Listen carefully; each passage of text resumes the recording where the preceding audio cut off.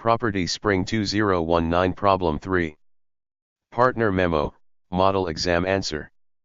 Question 1.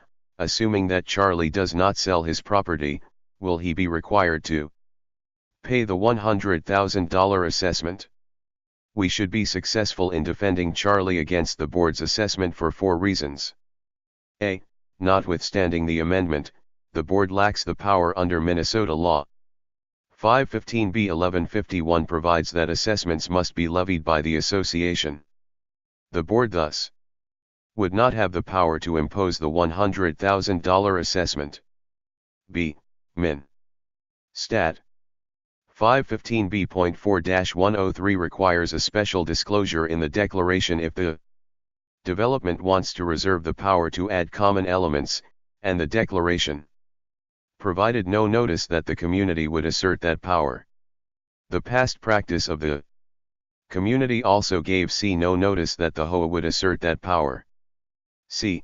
The $100,000 burden does not provide an ordinary benefit to owners of the assessed lots, and the general assertion of community welfare is not enough to justify such an expense.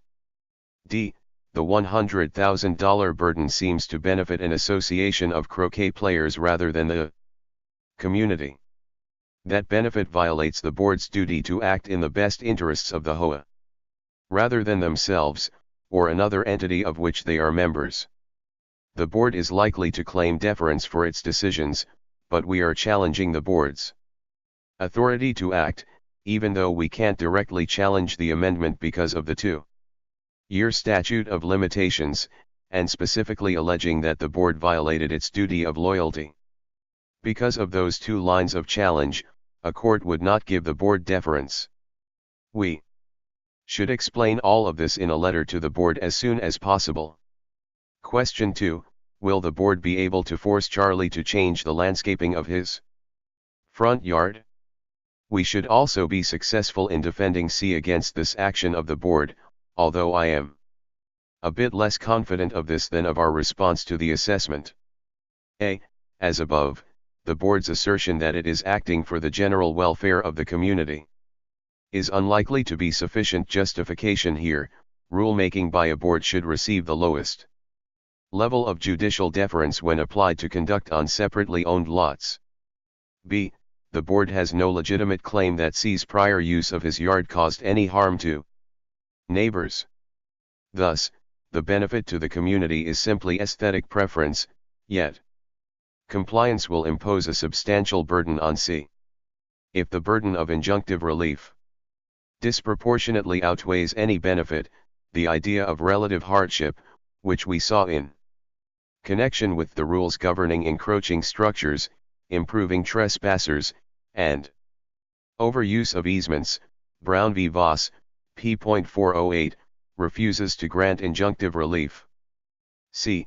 And the original declaration gave lot owners no notice that the board would have authority to make new rules to govern individual units. The board will argue that C was on notice of the possible amendments to the declaration and the power of the board to make new rules. But we should reply the change from the original declaration is unreasonable. Purchasers may have been on general notice of rulemaking powers related to common elements, but not of rules that would impose affirmative obligations on them with respect to their homes. Question 3. Does the board have the right to prevent him from protesting their actions? No. A restraint on speech intended to protect the board from criticism is void. Such a restriction is unconscionable because it insulates the decision-maker from criticism, while allowing speech that is supportive of the decision-maker. Even as applied to the common area, this restriction would be unenforceable. It does not address a general category of harm, such as inviting a large number of visitors into the common elements without permission, which can only be denied on reasonable grounds. Instead, this rule only prohibits speech with specific content. In addition, the restriction violates fundamental rights of community members without identification of specific harms that might justify the burden. Question 4. If Charlie decides to sell, will the board and MCA be able to enforce their restriction on his right to sell? Probably.